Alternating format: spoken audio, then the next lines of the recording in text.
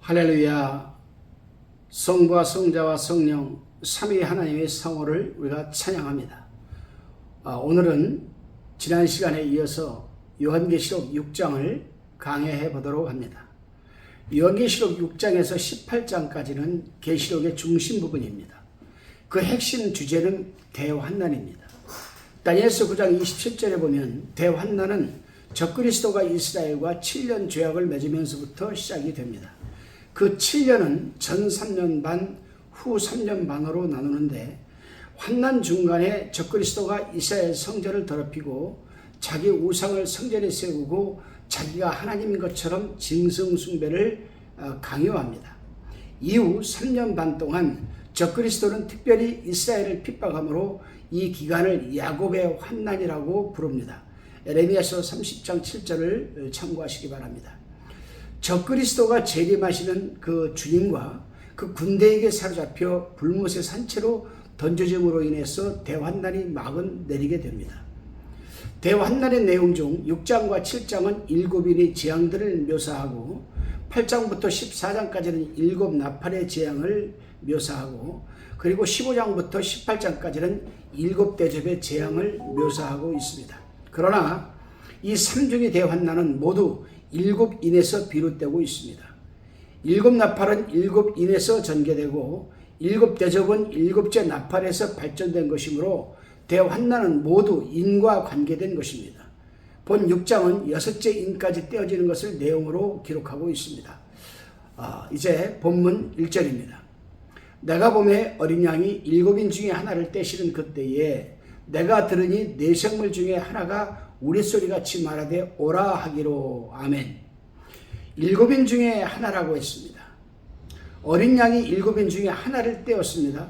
그러자 네 생물 중 하나가 우레소리같이 말하며 오라고 하였습니다. 오라. 2절을 또 다시 한번 봉독해 봅니다. 내가 이에 보니 흰 말이 있는데 그 탄자가 활을 가졌고 면류관을 받고 나가서 이기고 또 이기려고 하더라. 여기서 흰 말을 탄 자가 누구냐 하는 것은 대단히 중요합니다. 여기서부터 해석이 잘못되면 요한계시록 다른 부위의 해석도 억지로 꿰어 맞춰야 하기 때문입니다. 따라서 흰 말을 탄 자가 누구냐 하는 문제에 대하여 세 가지 견해가 있습니다. 첫째는 적그리스도다, 그리스도다. 두 번째 적그리스도다. 세 번째 장차 나타나는 어떤 정복자일 것이다. 이렇게 세 가지의 의견이 분분합니다. 대개 흰 말을 탄 자가 그리스도냐 적그리스도의 나의 신학적 논쟁이 벌어지죠. 흰 말을 탄 자가 그리스도라고 보는 학자들은 희다는 것이 거룩함과 의와 평화, 위엄을 나타내었기 때문에 평화의 왕인 그리스도라고 주장을 합니다. 그러면서 19장에도 그리스도께서 백마를 타고 나오시는 장면이 있기 때문에 틀림없다고 그들은 그리스도라고 주장합니다. 이 학설을 주장하는 학자들 중에 대표적인 학자는 뻘컵과 카이퍼, 그 다음에 메투엘리, 핫지 등의 학자들이 있습니다. 반면에 흰말을 탄 자는 적그리스도라고 보는 학자들 또한 만만치 않습니다. 이 학설을 주장하는 대표적인 학자는 러크만이 있고 브루스가 있습니다. 그렇다면 우리는 전자를 믿어야 할 것인가 후자를 믿어야 할 것인가? 그리스도냐 적그리스도냐? 정답은 우리는 성경을 믿어야 합니다. 성경에서 찾아야 됩니다. 따라서 우리는 6장의 문맥을 잘 살펴보면 흰말을 탄 자는 거룩함과 의 그리고 평화로 가장한 적그리스도라고 보는 것이 합당하다고 생각을 합니다. 그 이유에 대해서 좀 더 구체적으로 살펴보면 본문에서 어린 양은 분명히 7인을 떼고 있기 때문에 말탄 자 중에 하나로 볼 수가 없기 때문이고 또 하늘의 영적 존재인 생물은 그리스도께 엎드려 경배했는데 5장 8절이죠. 여기서 어떻게 인을 떼고 있는 어린 양이 오라고 불러낼 수가 있는가 하는 문제입니다.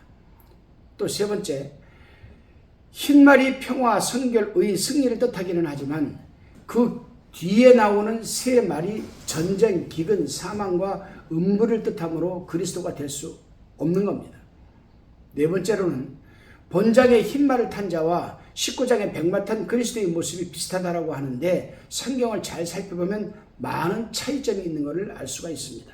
먼저 19장 11절에서 백마탄 자의 이름이 하나님의 말씀 만왕의 왕이요 만주의 주라고 되어 있기 때문에 6장의 흰말과는 공통점이 없습니다. 두 번째로 19장의 그리스도는 많은 면류관이 있는데 6장의 말탄 자는 이제야 면류관을 받습니다. 그것도 단 하나의 면류관입니다. 물론 그 면류관은 단지 승리의 면류관입니다. 그러나 그리스도는 승리의 면류관이 아니라 왕관임을 우리는 알아야 합니다. 세 번째로 19장의 그리스도께서는 그 입에서 날카로운 검이 나오는데 6장의 말탄 자는 화살도 없는 단지 활만 가졌을 뿐입니다. 자, 그렇다면 저 그리스도가 왜 흰말을 타고 나타나는가? 그것은 거짓과 속임수에 능하기 때문입니다. 저 그리스도는 휴거 이후 대환난이 어수선한 세상에 평화의 왕으로 거짓 메시아로 등장하여서 자기가 세상을 구할 구세주라고 떠벌리게 됩니다.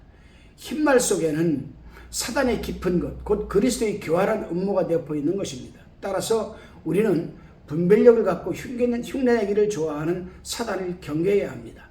예수 그리스도와 모방하기를 좋아하는 사단의 모습을 우리가 한번 비교해 볼 필요가 있습니다. 자, 예수 그리스도는 평강의 왕으로 불립니다. 그러나 사단은 이 세상의 임금으로 불리죠. 요한복음 14장 30절 참고하시기 바랍니다. 예수 그리스도는 나의 주, 나의 하나님으로 불리는 데 비해서 사단은 이 세상의 신으로 불립니다. 세 번째, 예수님이 시험 받으실 때 기록하기를 하자. 예수님이 시험 받으실 때 기록하기를 그렇게 얘기를 하자 사단도 기록하였을 때라고 하였습니다. 자, 기록하기를 이라는 말과 기록하였을 때라는 말은 다른 겁니다. 기록하였을 때 전혀 다른 말이죠. 네 번째로 예수님이 유다 지파의 사자라고 하자 사단은 우는 사자로 묘사되었습니다. 예수님이 장차 세상의 빛이라고 하자 사단은 빛의 천사로 나타난다고 하였습니다. 여러분. 자, 이런 부분을 우리는 요한복음 14장 30절, 고린도후서 4장 4절, 시편 91편 11절, 베드로전서 5장 8절, 고린도후서 11장 4절 말씀을 한번 읽어보시길 바랍니다. 다시 본문 3절입니다. 둘째 인을 떼실 때에 내가 들으니 둘째 생물이 말하되 오라 하더니 라고 하였습니다. 자, 예수님이 둘째 인을 떼실 때에 사도 요한이 들으니까 둘째 생물이 말하되 오라. 둘째 인을 떼실 때라고 했습니다. 어린 양이 둘째 인을 떼실 때 요한이 들으니 오라였습니다.